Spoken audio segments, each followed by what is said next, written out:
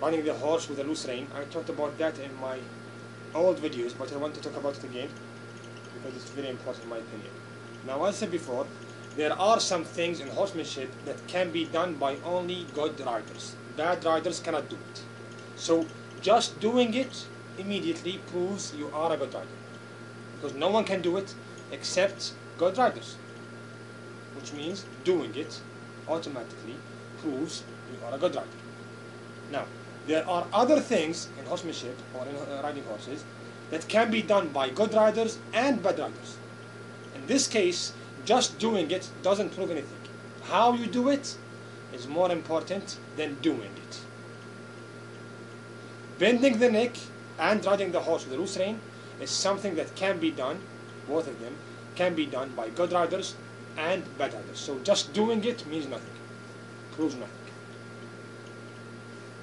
Very clear. There are some things that only good riders can do. Just doing it proves you are a good rider. For example, controlling the horse with other horses, in front of them, behind them, with them, can be done by only good riders, like real control. Controlling stallions together can be done by only good riders. Controlling the stallion with males for real can be done by only good riders. Controlling the horse when he's afraid for real can be done by only good riders.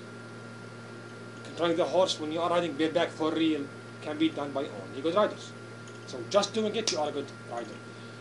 Things that can be done by good riders and bad riders, just doing it proves nothing. For example, laying down. For example, bending the neck. For example, riding the horse with a loose rein or a loose neck. Bad riders do it, good riders do it. All these things I said or talked about are facts. Why are they facts? Because I showed it to you before saying it. I can show it to you after saying it. So it's a fact. Search for it for yourself. Bending the neck and the loose neck are things that can be done by anyone. So if you do it in a good way, it's good. If you do it in a bad way, it's bad. For example, you have two horsemen who control the horse while he's bending his neck. For example, dressage riders or Spanish riding school or French riding school ride the horse with their short rein, short contact. He's bending his neck. Again, you have some show jumpers who ride the horse with their bent neck. Can you compare between them? There is no way to compare. Dressage riders or Spanish riders or French riders are true horsemen. When you talk about show jumping, some of them are good, a lot of them are bad. Both of them made the horse bend his neck. That's a fact. You cannot deny it. So, how you do it in this case is more important than doing it. The same goes for the loose rein or the loose neck. You have some good Western riders who ride the horse with a loose rein and they still control the horse. So they did it in a good way. So doing it in a good way means it's good. If you do it in a bad way, it's bad.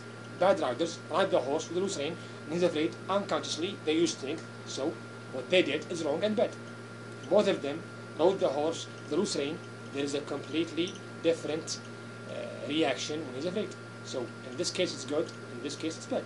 So the first step, bending the neck or the loose rein or neck, loose neck, are not bad and are not good.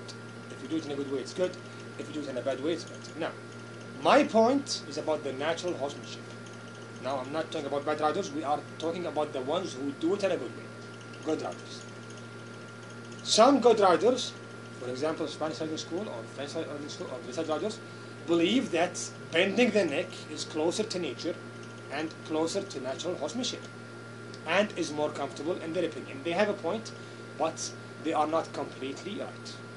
The same goes for Western riders. They say the loose neck is more important and better and more relaxed for the horse and more comfortable. They have a point, but they are not completely right.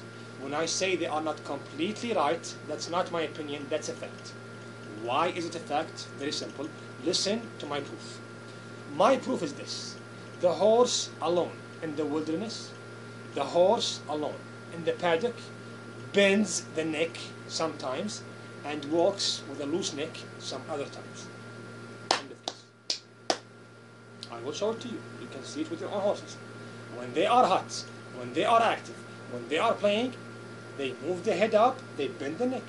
Alone, in the wilderness. No one touched them. and when they are comfortable and relaxed, they move the neck down and move the loose neck. When my way of riding gives the horse the right to bend his neck when he wants and pull the rein when he wants, it's closer to nature than your way of riding. All of these ways of riding are good, okay. All of them did something that has something to do with the horse's nature, okay. But you took a part from his nature, which is bending the neck, and refused the other part, which is the loose neck.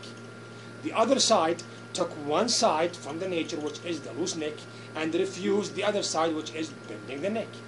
I gave the horse the choice to choose between bending his neck and moving with a loose neck, which means I gave him the two options that he has in his own nature, that he does in his nature.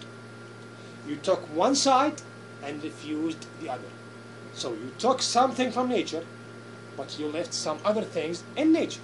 So it's not natural horsemanship. So bending the neck or the loose neck or loose rein are not good and not bad. If you do it in a good way, it's good. If you do it in a bad way, it's bad. How can I know it's good or bad? It's very simple. If you control the horse, you are good. If you don't control the horse, you are bad. Because in horsemanship, control means not using strength. In all other things in life, using strength means more control. With horses, less strength means more control. More strength means less control. So the more you control the horse, the less strength you are using. And the less strength you are using, the closer you are to his nature.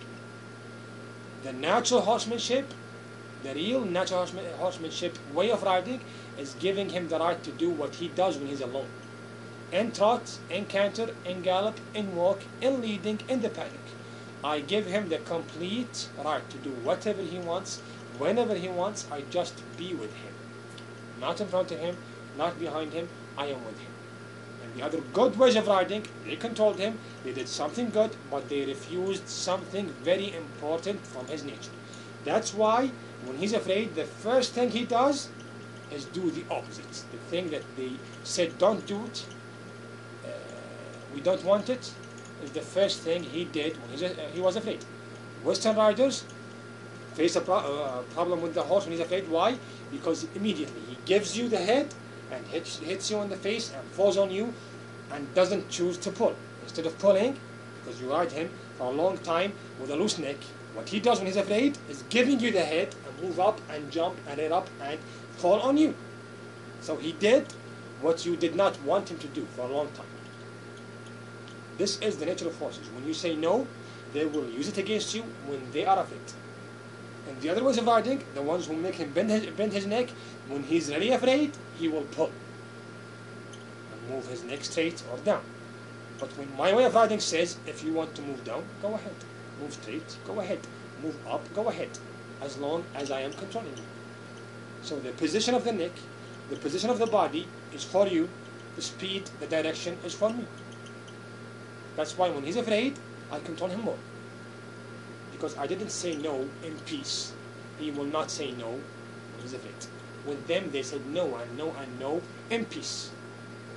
In normal situations. So when he was afraid, he said no and no and no more because he's stronger than you. It's that simple. So bending the neck, loose neck means nothing. You do it in a good way, it's good.